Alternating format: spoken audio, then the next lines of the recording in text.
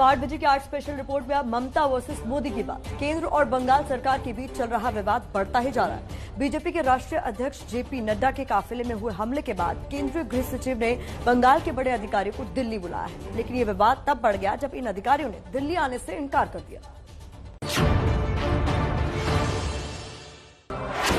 केंद्र सरकार वर्सेस बंगाल सरकार।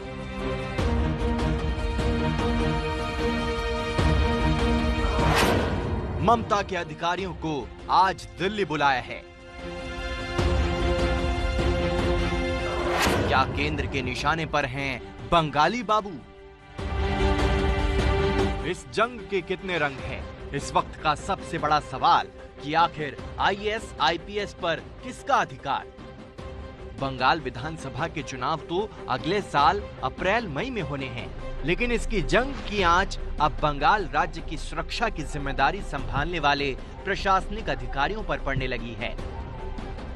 आज दोपहर 12:15 बजे गृह मंत्रालय ने बंगाल के मुख्य सचिव और डीजीपी को दिल्ली तलब किया है, लेकिन दीदी के मुख्य सचिव ने केंद्रीय गृह सचिव अजय भल्ला को चिट्ठी लिखकर फिलहाल न आ पाने की बात कह दी है।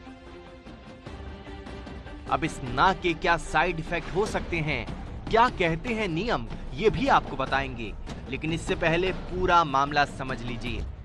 Z श्रेणी की सुरक्षा प्राप्त बीजेपी अध्यक्ष जेपी नड्डा के काफिले पर हमले और उनकी सुरक्षा को लेकर हुई लापरवाही के बाद केंद्र सरकार ने पश्चिम बंगाल के राज्यपाल से रिपोर्ट मांगी थी, जिसके बाद राज्य की कानून व्यवस्था की जिम्मेदारी संभालने वाले दोनों वरिष्ठ अधिकारियों को बुलावा भेजा गया। गृह मंत्रालय ने एक और कड़ा कदम उठाया और भाजपा अध्यक्ष जेपी नड्डा की सुरक्षा में तैनात तीनों आईपीएस अफसरों को केंद्रीय प्रतिनियुक्ति पर भेजने का निर्देश दे दिया। इस पर भी गतिरोध कायम है, क्योंकि बंगाल की सत्ताधारी ममता अपने आईपीएस को केंद्र के पास भेजने को तैयार नहीं। टीएमसी के वरिष्ठ नेता कल्याण बनर्जी ने गृह सचिव अजय भल्ला को पत्र लिखकर अपनी नाराजगी भी जाहिर कर दी। तीनों अधिकारी 10 दिसंबर को हुई घटना वाले स्थल के नजदीक ही तैनात किए गए थे। ऐसे में उन अधिकारियों पर दबाव बनाने के लिए सरकार ने ऐसा फैसला किया है। यह प्रत्यक्ष तौर पर आपातकाल लगाने जैसा है, लेकिन कानून से ऊपर गृह मंत्री अमित शाह भी नहीं हैं।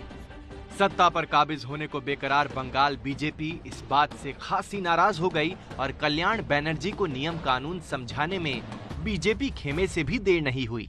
देखिए, वो बड़े वकील हैं और वकालत के वकील कल्याण बनर्जी का अगर बयान होता तो शायद वो बयान नहीं देते। साथ साथ वो नेता भी हैं, तो पार्टी के लिए कुछ ना कुछ कहना ही पड़ेगा, मजबूरी है, क्या करें। मैडम कहेंगी, नहीं कहेंगे तो जाएंगे कहाँ। हकीकत ये है, हम सब जानते हैं, IAS IPS department of personal के अंतर्गत आता है, उनको अटैच करने का अधिकार है। फिर भी मैं पार्टी के बिहाफ में मेरा इतना ही कहना है, एक लाइन का जो मैं जैसे मैंने पहले कहा, यह पूरा का पूरा मामला प्रशासनिक है और ये प्रशासनिक मामले में राजनीतिक बयानबाजी से बचना चाहिए। अब देखते हैं कि आखिर ऐसे संकट के समय नियम क्या कहते हैं। आईपीएस कैडर नियम 1954 के नियम 6 के तहत प्रतिनियुक्ति पर केंद्र और राज्य के बीच असहमति होने पर केंद्र को तरजीह मिलती है। ऐसा संकट इससे पहले साल 2014 में भी सामने आया, जब केंद्र में यूपीए की सरकार थी। तमिलनाडु कैडर की आईपीएस अर्चना रामासुंदरम को केंद्र में बुलाया गया था और उन्हें सीबीआई में एडीजी का पद मिलने की उम्मीद थी। जब राज्य सरकार ने उन्हें 3 महीने तक राहत नहीं दी, तो उन्होंने केंद्र को अपनी रिपोर्ट सौंपी। इस बात पर राज्य सरकार ने उन्हें निलंबित कर दिया। ये मामला सुप्रीम कोर्ट तक पहुंचा, जहां कोर्ट ने उनकी केंद्रीय प्रतिनियुक्ति को बरकरार रखा, जिसके बाद अर्चना रामासुंदरम ने सशस्त्र सीमा बल में डीजी का पद संभाला। जानकारों का मानना है कि प्रशासनिक संकट की स्थिति है, लेकिन इस मुद्दे पर ममता बनर्जी को पीछे हटना ही होगा। एक बार तमिलनाडु के केस में हुआ था, जब आईपीएस अफसरों को भारत सरकार ने अटैच किया था, और कार्डर controlling authority MHA department of personal होता है, वो जब चाहे अपने किसी अधिकारी को अटैच कर ले।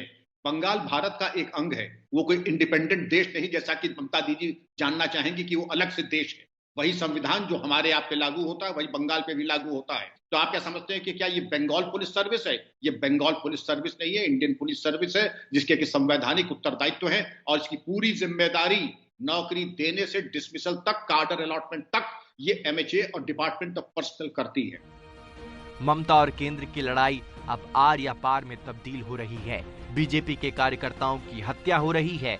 बीजेपी के अध्यक्ष तक के काफिले पर हमला हो रहा है। केंद्र के बुलावे के बावजूद ममता सरकार के बड़े अधिकारी दिल्ली आने को तैयार नहीं। ऐसे में ये जंग अभी लंबी चलने वाली है, क्योंकि ममता के बारे में एक बात तो हर कोई जानता है कि वो आसानी से हार मानने वालों में से नहीं है।